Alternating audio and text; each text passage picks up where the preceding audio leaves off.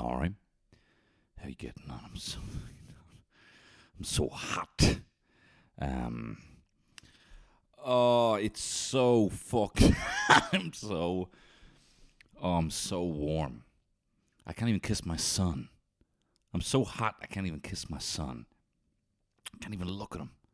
I can't even look at my wife. I can't even look at. I feel my wife staring at me, and it feels like a layer of clothes I have to take off. I can't. Don't.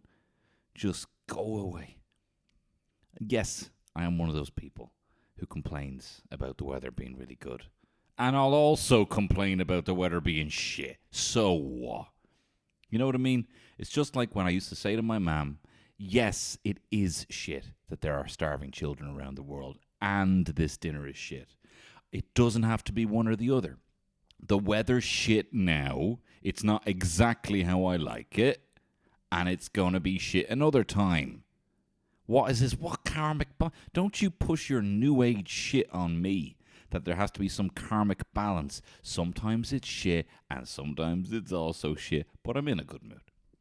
I'm drinking a soft drink. Oh, come on, guys. I'm off the clock here. No, I'm sorry. Did you hear that at the back of my throat? It's because I was eating a Crunchy. My favourite chocolate bar.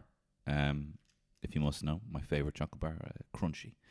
I'm having a Club Rock Shandy here. Not as good as I remember, right?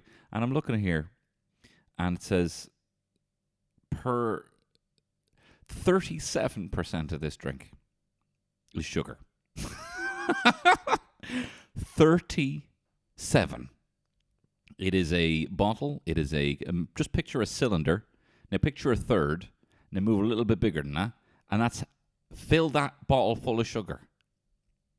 That is wild, and it's tasty. And I saw it there, and it made me laugh, and I always laugh.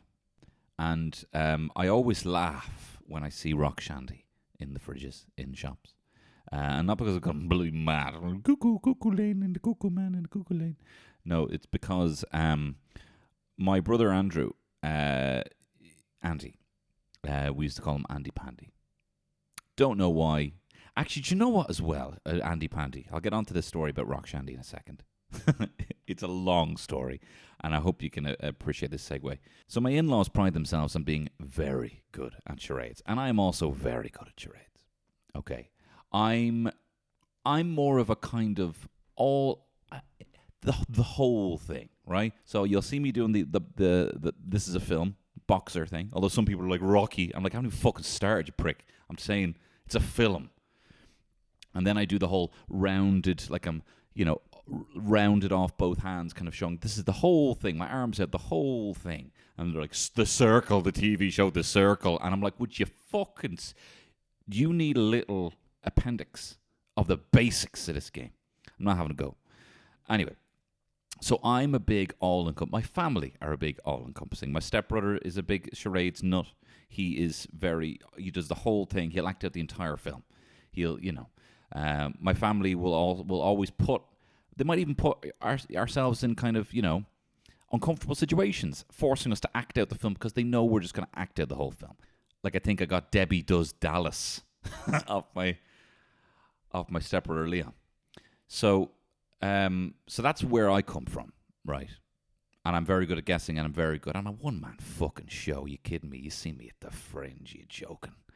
You'd probably be watching me in the Fringe saying, I'd love to see this man's charades. I'd love to see what this lad would do with the cabinet of Dr. Calgary, right?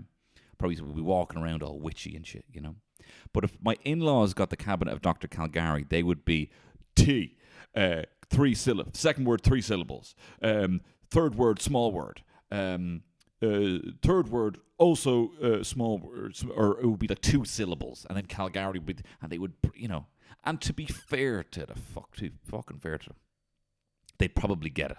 And you'd have people literally saying, the cabinet of Dr. Calgary, yes! Like, how? Because they're able just to break stuff down. So that's what they also expect. So we were playing one Christmas, and I was given the charade, Andy Pandy. And I can't. And normally, they're very competitive, right? My family, I'd just be like, I don't know what it is. And they'd be like, fine, sweetheart, cloud boy, darling of my life. What would you like to do? What would you like to do? Do you want to do Toy Story? Not as easy on that. But they'd be like, I don't know what it is, Giznaro. But they're like, what is it, And I'm like, trying to speak their language. I'm like, 2 words, 2 syllables, TV show. And I'm not speaking, but you can tell by my face and my shrugs that I don't know what it is, right? I'm like, oh, I don't know what it is, Some people actually speak in charades as well. And, like, I'm not a stickler for the rules like my wife is, but I'm like, I'm like, shut up. It's one of the only times you can kind of get away. You couldn't even get away with that level of telling someone to shut up in a cinema, or at a funeral. But a charade's like, shut the fuck up! Screaming at your granny, like, do you know what I mean? Shut the fuck up, you idiot. The whole point is you don't speak. Anyway, I'm not, so I'm just like acting like, I don't know what, I'm sure I don't know what this is, And they're like, look, it's fine, just do it, just separate. And I'm like, all right, first syllable, and then I drop a pill, and they're like, and pill, okay, move on to this, and they're telling me how to fucking, I'm like, no one. 2 things you should know about me. Nobody puts baby in the corner. And 2, don't you be rushing me when I'm making art. With this fucking shit charade. Oh, so then I'm trying to do like sneezing panda for the second part, because that's the way my brain works. I'm a man of the zeitgeist. I'm a man of contemporary memes. I'm a man of moderate memes. So I'm trying to do and E pops an E panda. And they're not going to get it because they don't know what the fuck it is. I mean, I could have done a panda dropping an E and eating, actually probably having no appetite for bamboo. And then eventually the time goes out and you get that kind of, the end of the crystal maze. Get out, get out, get out, You didn't do it. Come on. And I'm like, Andy Pandy? And they were like, Andy Pandy? Well, my father-in-law was like, it was the most popular show in the 50s. I Googled it. And I'm like, do you know what it is? I haven't a clue. He fucking teeing me up. Well, guess what? I had the last laugh because I married your daughter. So, who won here, old man? So that's my other Andy Pandy story. But the main Andy Pandy story is my brother we used to call him Andy Pandy. Andy Pandy pudding and pie. It's Georgie Porgy pudding and pie, but we say Andy Pandy pudding and pie. Kissed the girls and made them cry. What a fucking prick was Georgie Porgy, by the way. Hey, what's up with these nursery? You ever hear these nursery rhymes? But anyway, my other Andy Pandy story is my brother. We used to call him Andy Pandy, and you know how I don't know, like when you're a kid and like sometimes you take a stand, right? It's the straw that breaks the camel's back, and all of a sudden you're in front of your family and you're like, I'm a human being, damn it, and I'm not gonna take it anymore, But you're a child, and it's for something trivial. So Andrew was saying, okay, guys, I need to talk about something. You know the way everyone's been calling me Andy Pandy, but there are so many other things that rhyme with Andy. Like, why am I not called Andy Rock Shandy? We were just like, okay, Andy Rock Shandy it is. Like, oh, no, that was just an example. Andy Rock Shandy. And we still call him Rock Shandy. Oh, so that's my story. Oh, no, you vote what you think was the better material. I'm going back to live comedy. Yeah, fairly bricking it now, to be fair, going back to the old live comedy. Not bricking it, but, good nerves. I've forgotten that those nerves are like excitement. I forgot that feeling of wanting to shit and being irritable for 2 weeks before you have to do something is just excitement. No, it is. It's just, I'm Sister Act 2. I'm Sister Act 3, sorry, out of the habit again. and going back to whatever, being a singer in Vegas. What was she doing? I don't know. Stupid film. Although your one, I had a crush on your one in the first one, the real mousy one. So she was my first crush, and then I saw Dracula Dead and loving it. And then you had the vampire with the jabs, and I was like, oh, fuck your one. To mind your one. I think big boob vampire is actually more my scene. Anyway, look, I'm just saying. I'm just saying that I cannot wait to go back and do some live comedy. Tread the boards again. My wife pointed out, she said, isn't it so funny that most people can't even form a basic conversation these days? They've been so out of practice. And you have to get up on stage and act like you are the best person in the room in conversation. Isn't that so funny? That you have to do that. Anyway, let me tell you about the sponsors of this week's podcast, the Dubliner Irish Whiskey. My best friends. They're my best friends. I have two friends in my life. One, my son, and two, the Dubliner Irish Whiskey. And they are my best friends because they give me nice things. And they gave me this week a tasty-ass whiskey. I thought tasty whiskey. I did. And it's nice. It's very tasty. And I'll tell you what it is.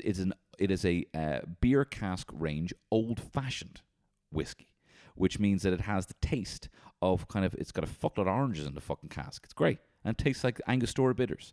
My favorite cocktail in the world is an old-fashioned. It is my favorite. The first cocktail that got me into cocktails. I remember my Swedish friend Martin made it. He was making it for fucking too long. So I was like, what's taking so long? He goes, you got to mix the Angostura bitters with the Demerara sugar. And I'm like, stop speaking Swedish to me, bro. Just tell me what you're doing, bro. And it was tasty. But this is like having that just in the glass, neat. Almost like you're at the bottom of an old-fashioned. So it's a way of responsibly drinking a cocktail at home, and it's very tasty. I like it. But that's not the only whiskey they have. They have a fine selection over on the DLD.com. They have their bourbon cask range. They have a honeycomb liqueur that's like drinking a cake. It's like drinking the crunchy that I was eating when I started this podcast. And it's very tasty, and I like it. So they're the sponsor of this week's podcast. I want to thank them. Thank you very much. Go to the DLD.com. Check at Dubliner Whiskey on the Soch for all of your Irish whiskey needs. But look, let's be getting on.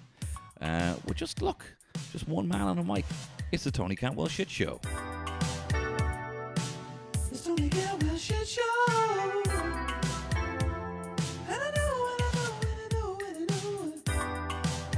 that the show is Tony Cantwell Shitshow.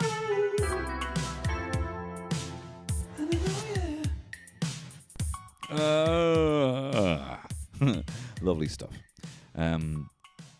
Look, guys, I really appreciate a lot of people messaging me saying, did you pass your driving test? Is it true that you can now remove the L plate of a lickout master and replace it with the N plate, which means never ever stop giving lickouts, lickout God? No. No, guys, I didn't pass the test. And it was going so well. I showed up at the test center early, had my car looking all clean, after the militant Russian man who was teaching me doing my pre-test. He was like, your car is dirty, man. Your car is dirty. You're very confused, man. Your car is as confused as you. And he's like, I lifted up the bonnet, and he goes, this is all dirty. And I was like, it's a fucking engine. I was like, but there's all leaves. And I'm like, well, what am I going to do, take the leaves out? And he was like, yes. And I'm like, why would I do that? I don't look at it. I don't see it.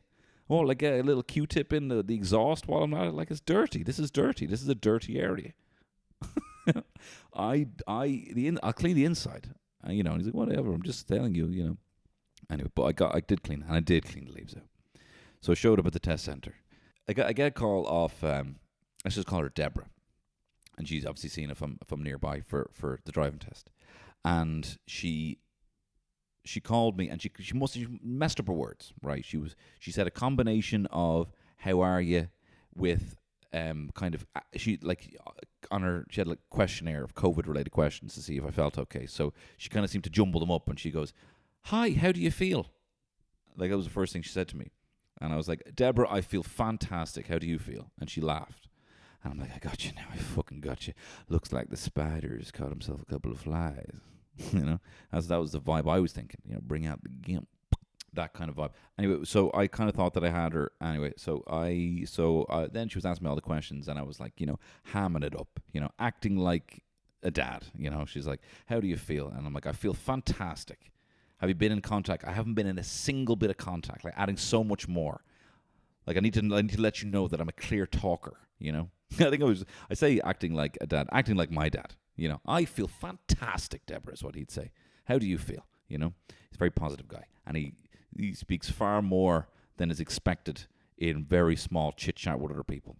So I act like my dad to exude a sense of confidence, right?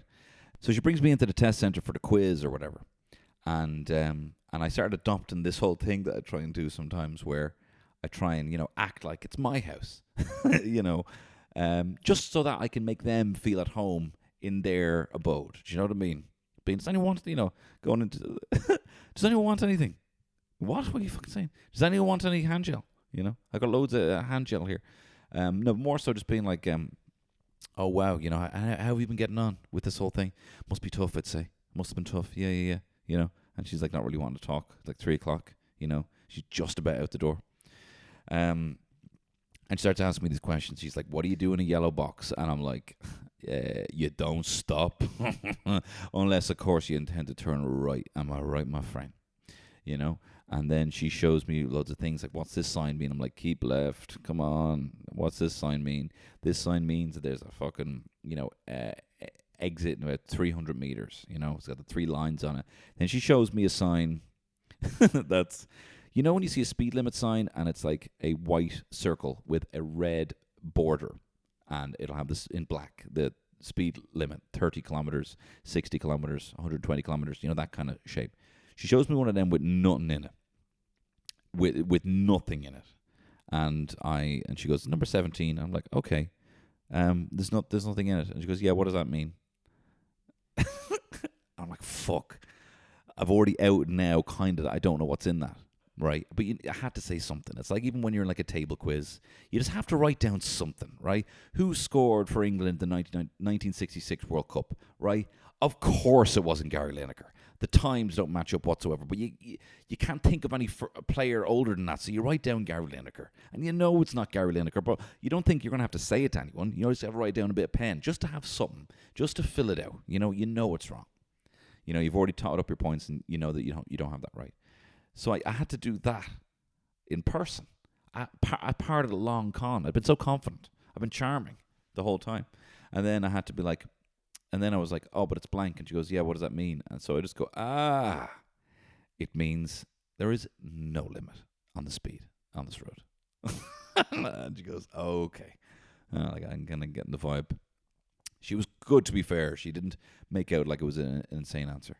But I went a bit of a pinkish hue in my cheeks. I was still fighting down the urge to go bright red. So then she says, "Great, let's head to your car." And joining us today is going to be a supervisor from the RSA. And I was like, "What are you fucking talking about?" I say with my eyes. But and she goes, "Look, just ignore him. That's what I do." And I laughed my ass off, of course, because that was kind of a joke that she was doing, and I wanted to make her happy. And I was like, "Oh, fuck." So now what's going to happen here is you got someone here making sure that you are doing your job as strictly and stringently as possible. And all of my charm, he's going to be looking over your fucking shoulder for this iPad. And she goes, "Anyway, his name is Tony." I was like, "Oh, my name is Tony." And she goes, "I know." And I was like, "Okay." But I thought, you know what? If there's another person there, just another person to charm. And I said, "Come on then, Tony. Yeah, I know Deborah gave me advice not to talk to you, but look, you're coming with me. I hope you don't mind sitting in the baby seat, though. Huh? I have a son. I'm a responsible adult." I seem to say with my smile. And so there goes me, and let's call her Deborah, and let's call him Tony. It was Tony. Heading off with my key asshole. And look, I mean, not much to say about the actual test itself. I was checking my blind spot. There was one point, though, where we pulled up at so when you're doing the driving test, there's a few things that are going to be standard. One thing that's always going to be the case. One is they're going to have you reverse around a corner. They're going to have you do a hill start where you have a car completely stopped, and then to be able to start it so that it doesn't roll back, and a turnabout where you are facing one direction and you kind of have to turn the car to face the opposite direction. These are all things that are to be expected. So we get to the corner that we're supposed to reverse around, but there's a woman parked at the corner. And you're not meant to park at the corner. She's literally parked at the very corner meant to be taken. And there's some L lad just burning the ear off her. So then Deborah says, right, we'll just pull up in front of there. Is this any good? She goes, pull up in front of there. And when they see us get out with our notepads and our luminous jackets that say fucking driving test instructor, then they'll usually move.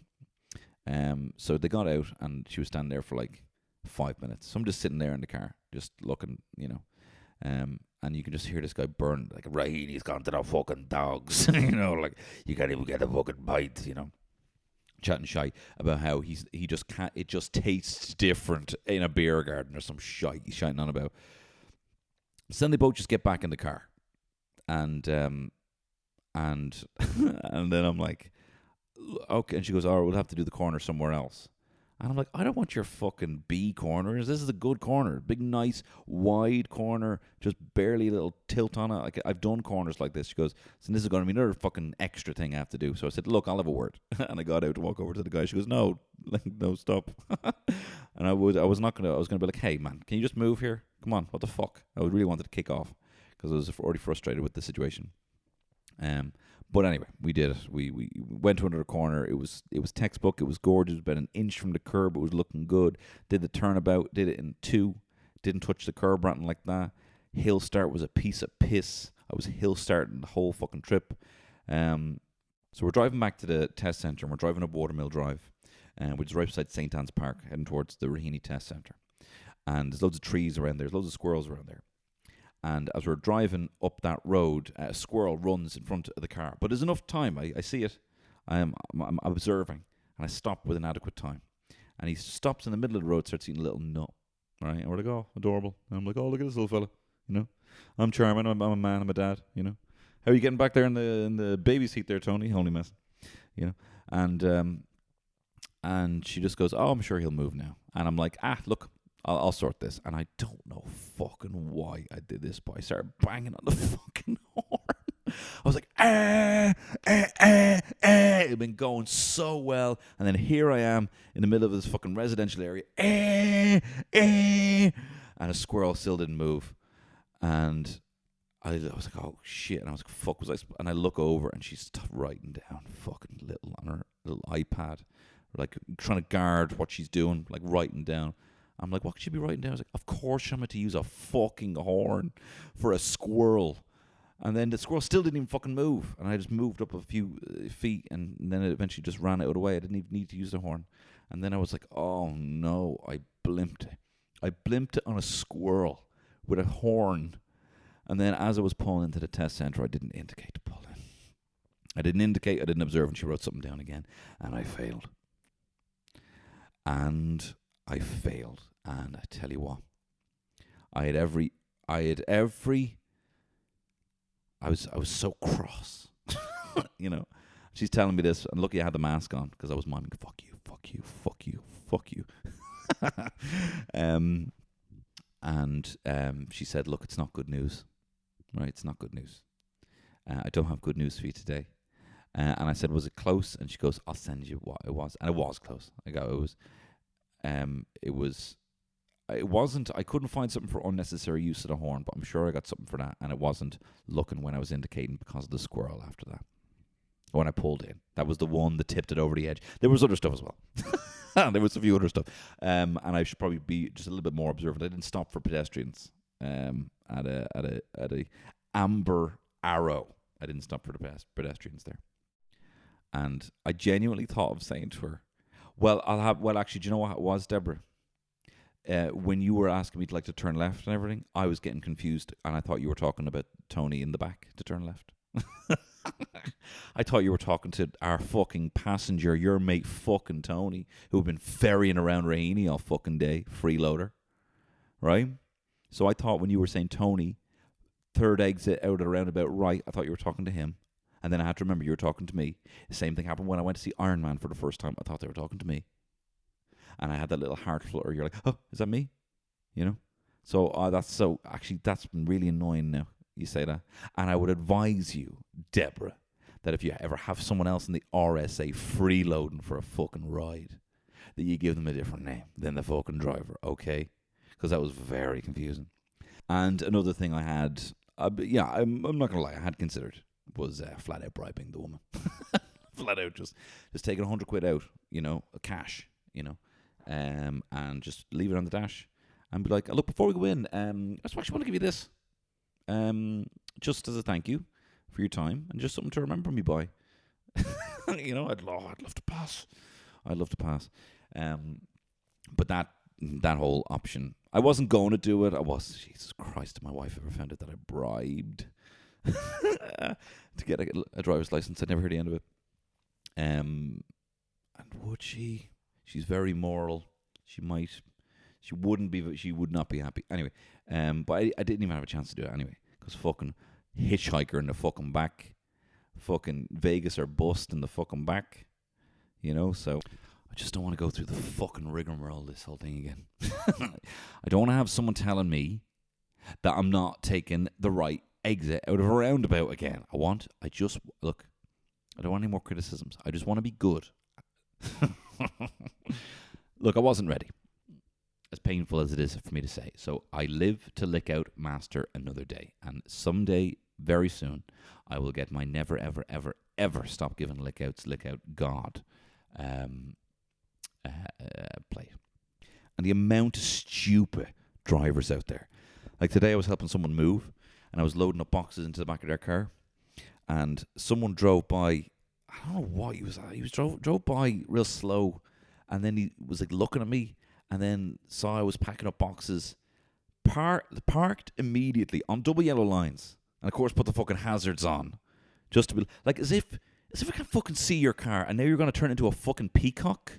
You're going to park your car on double yellow lines, and then be like, oh, but it's fine because look how fucking bright I can make it. You see it in Ranelagh. You see it in Ranelagh all the time. I do not get that. As if I'm going to miss your car. You know what I mean? And you got out of the car with a mug of tea. He had a full mug of tea. He was driving around with a mug of tea. And he came over to me and he said, are you moving? And I was sweating. It was hot. It's fucking hot. And I was just annoyed. And he's like, are you moving? Like, what? What? And this is the weird dichotomy in my life where literally told you everything. I told you I failed the test. I failed twice now, right? I've told you that. Some people might not tell you that. I told you stories about my brother growing up, my father-in-law throwing me under the bus, how chatty my dad is with people in the general public, Yeah, this guy was asking me, it wasn't even and I wasn't moving. But I'm like, don't be so fucking nosy.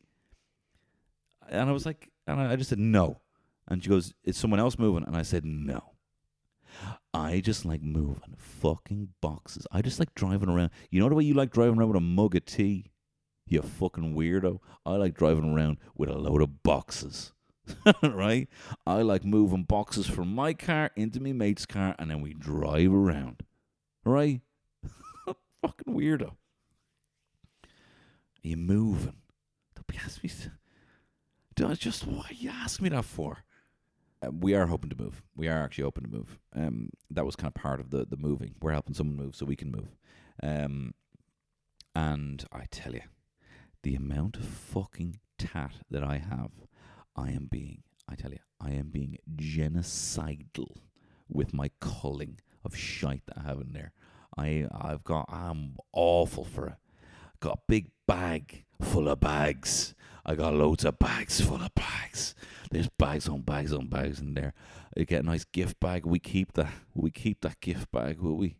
Will we keep that gift bag? Oh, but it's so nice. What's that? 20p, is it? Will we keep that gift bag, will we?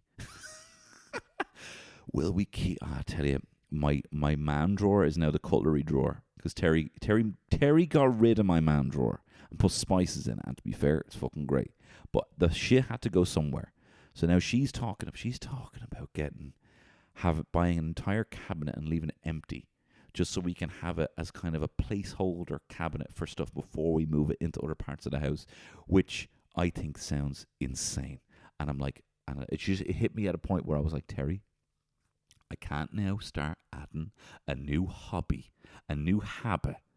I'm not even remembering to put deodorant on most days. If you think that I'm now going to have to now know that we have a kind of an intermediate cabinet before we move other stuff to other cabinets.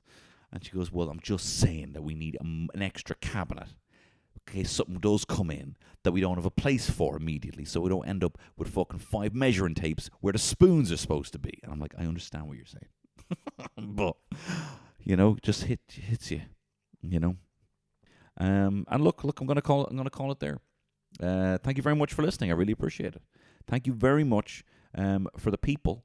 If you could do me a huge favor though, if you're listening to this and you haven't done it before, could you go on iTunes or wherever you listen to your podcasts, or even if you don't listen to it on iTunes, you listen on Spotify, but go over to iTunes and give this a review and a rating, preferably of 5 stars if that's what you think this is worth. And that would help me move this up the charts. I've been getting a bit lax with trying to grow this as an audience because I just love you, the person who's listened to this. And I've really had no desire to get more people to. But I would like to. And I think as I start doing gigs, I would like to have more people who listen to this. And especially if there's live podcasts as well, maybe somewhere in the interim before the full actual live comedy gigs, I'd like to have loads of people there. It'd be great. So if you do like this podcast, go over there to iTunes and rate and review. And if you would like to hear more of this podcast, you can do so over on patreon.com. Just type in Tony Cantwell in there and you can listen to more podcasts. I do another podcast every single Friday. Last Friday I did a review of Black Widow and Chris Pratt's new film, The Tomorrow War. So that's a film review of that. Before then I told about a holiday where I, for the sake of the Irish Republic, beat a Brit in pool when I was in the Canaries. And you can hear also A Day in the Life of Me in the year 1997 for all you 90s nostalgia kids. So you can check that out for the equivalent of a price of a pint a month. I think it's only £5 a month, excluding VAT. So if you want to listen to that, do check that out. I want to thank the sponsors of this week's podcast, the Dubliner Irish Whiskey. Go to the DLD.com. Get yourself some tasty whiskey. Go to @Dubliner Whiskey on the Soch. And look, if you're... and you know what's coming up? I'm going to be covering this Sexy Beast show. This fucking batshit show that comes out today of people having blind dates wearing incredible Hollywood-level facial prosthetics to make them look like fucked up dolphins and shit, and they go on dates. So I'm going to be doing that, hopefully potentially with a segment from Sexy Beast's co-host Mark Jago, and that will be happening next week. So I'll be chatting to you then, or over on the Patreon. All the best. Bye-bye. It's Tony Cantwell Shitshow.